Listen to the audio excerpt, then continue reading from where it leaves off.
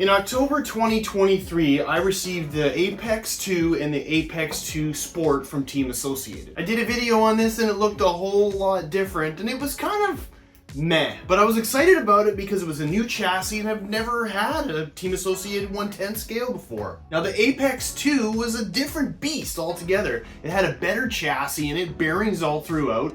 It was a pretty good platform. It was slow, yes. Slow. But it had looks to kill, and it kind of did what it should do for a 1/10 scale. But then the Apex 2 Sport came shortly thereafter, and it took all of the good things that were here and decided not to put them in here.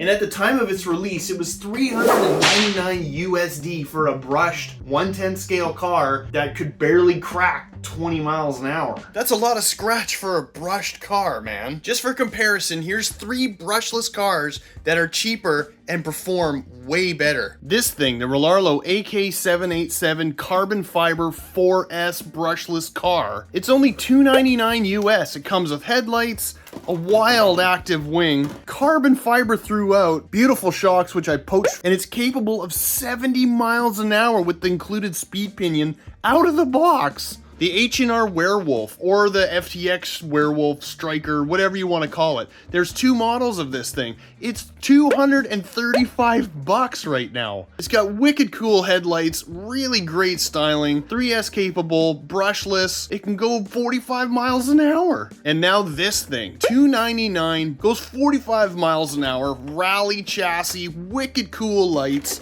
brushless system, capable of 3S, can take a beating. Ugh. And Rlaarlos come with a battery. Like, it's pretty much 99% ready to run right out of the box. I'm not usually a naysayer about RC cars. I find the good in every single one of them. But this thing, when I started tearing it apart, was just so hard to take. Watch this video and tell me in the comments what you think. Gnarly gash, bro. All right. To make you faster. I pushed it pretty hard in the last video and that packed it in on me. It smells oh no, oh no, oh no. So I think I'm gonna focus on the shocks, put in a ridiculous motor in ESC, and literally just send it as is.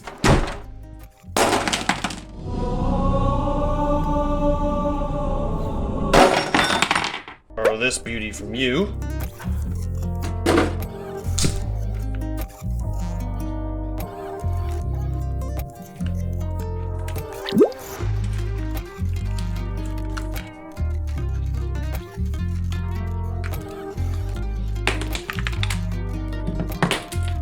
It's still wet from the other day. I thought this diff was active, but it's actually locked. It must have a locker in there, so we're gonna keep it that way.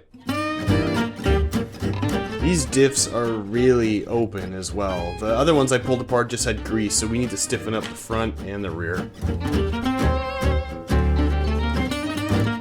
Plastic ring gear, but worse off bushings. Double bushings, more bushings, and more bushings. Now I could have ordered parts, but I wouldn't have been done by midnight. Well, I was able to poach bearings out of the TT02 and out of the MT10, but not happy. So much work. I want to talk about the elephant in the room here, and it's these. These are the stock shocks. They're all plastic. Now the springs are stiff enough, but the body itself, you know, you take off this, there's no adjustment. You take off this little piece, and then they slide right out, and then you use diff silicone inside there, thick diff silicone, and it just acts like a friction damper with a little bit of goop to slow it down. So with a little help from that friend, I pulled out these beauties, added some 70 weight, and now I think that looks way better. So moving on to the gearing now, there's this idler gear, and I kind of want to get rid of that. Thanks to my Mod 1 gearing there, I've got this leftover 48 pitch spur, which will fit right on here perfectly. So I did a little bit of hacky and a little bit of choppy. Took some doing, but this fits beauty. I'm editing this and I noticed that I didn't really mention that this motor and ESC combo can handle 1-to-1 gearing, if not 1.25 to 1 gearing, and it works flawlessly. It's an amazing setup.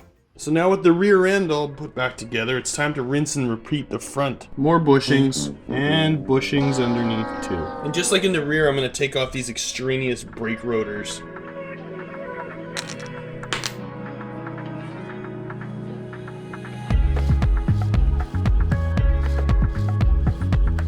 This front end is really, really stiff.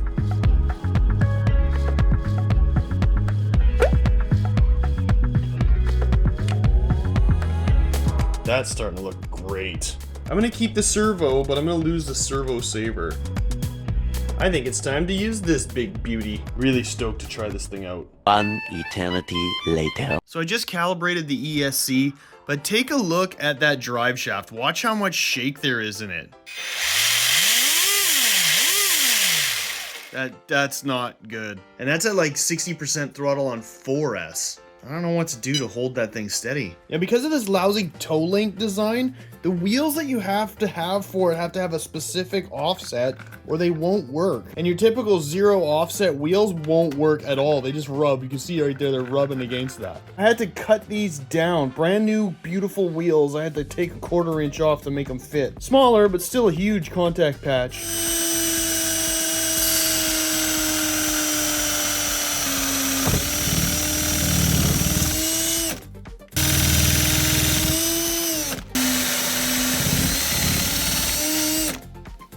Perfectly good wheels. It's a shame, really. And the reason why I rounded and sanded that edge, because if you have the nice square edge, it's more likely to catch on something uneven and then chunk out the tire. This car is proving more trouble than it's worth. What the hell have I done? Man, look at this. And to think that this chassis is like $100 more than that thing right there. How does that even compute? That's nice and weighty with that pack. All right, nothing left to do but charge up that battery and go send it.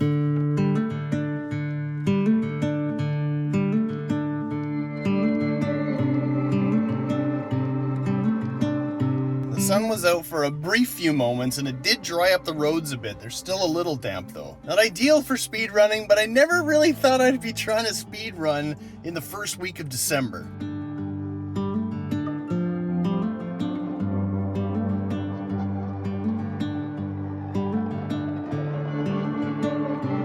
Traffic is kind of slowed down, but first shakeout. Now I did try to make some wheel arches for this to protect the wheels, but it was just way too much work. With the wheels sticking wide, we are going to get some stability, but because they're sticking out, if I tumble over, the body's not going to protect it, and they're just going to shear off all the A-arms and stuff inside. So basically, don't crash it, Aaron.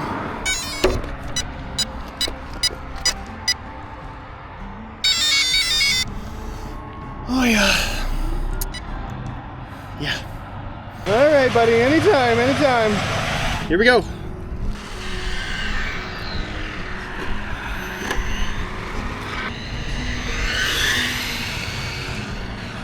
So much traffic. Why? Let's go, people, let's go. All right, here we go.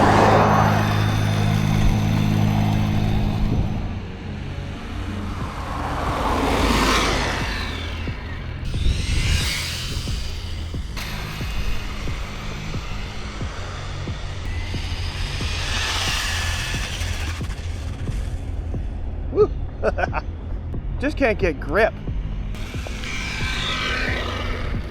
Maybe it's just got too much jam. Too much jam and not enough weight.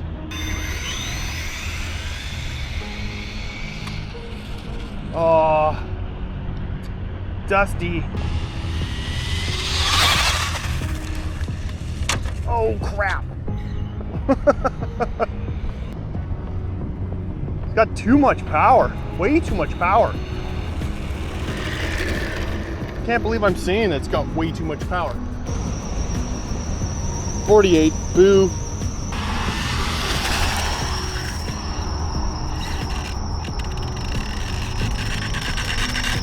Oh no! Oh no, what? Oh, what happened? Guys, I think I have to take this back to the shop and tear it apart here. The ESC is on, but there's no beep, beep, beep through the motor. I think I might have actually killed that motor. I don't like it, but it seems to be a fitting end to this thing's journey. Guys, the carnage just continued here. I plugged this thing in 6S. I didn't really think about it. This motor was still hot. Yikes, this motor, brand new Rlaarlo motor. I just smoked it. Like, I've never seen a motor smoke that quick before. I thought, oh, I overvolted the motor. No. I put a 3S battery on this thing and put in another motor, smoked it. I just killed my Mamba X. I just need a moment. I love that ESC. I pushed probably 6, maybe 7 cars past the 100-mile-an-hour mark with that same setup.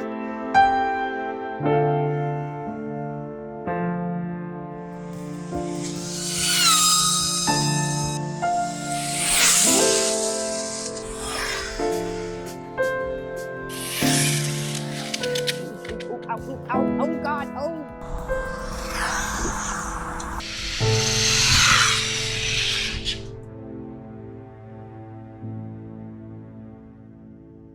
Okay, this turned out to be quite the expensive failure. So make sure you like and subscribe and don't miss out on any more dumb stuff.